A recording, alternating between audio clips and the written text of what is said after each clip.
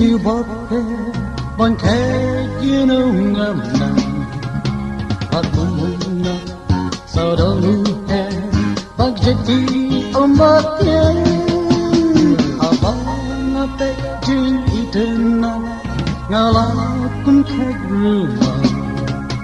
bao quanh chân sâu em đã berkah nas dan bobby gelap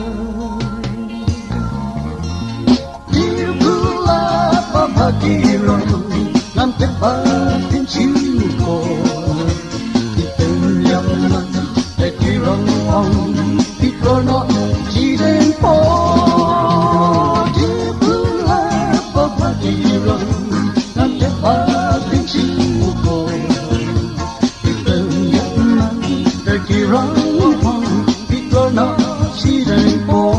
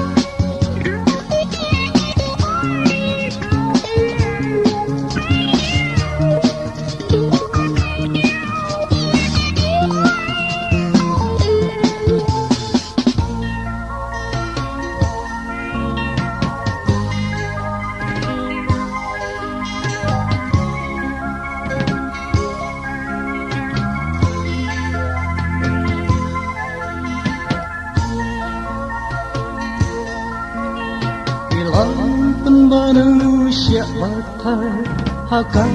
jin jana dan hafal ma jin jin jin engkas dan sukma kapor Aisyah babidan banten yang madina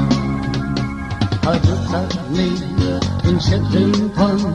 angan lagi bakla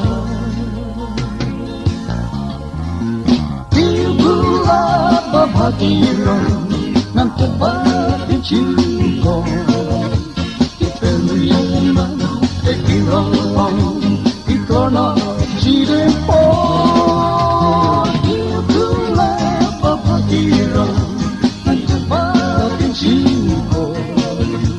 Ipenyaman Tekirong ong Ikrono Jiden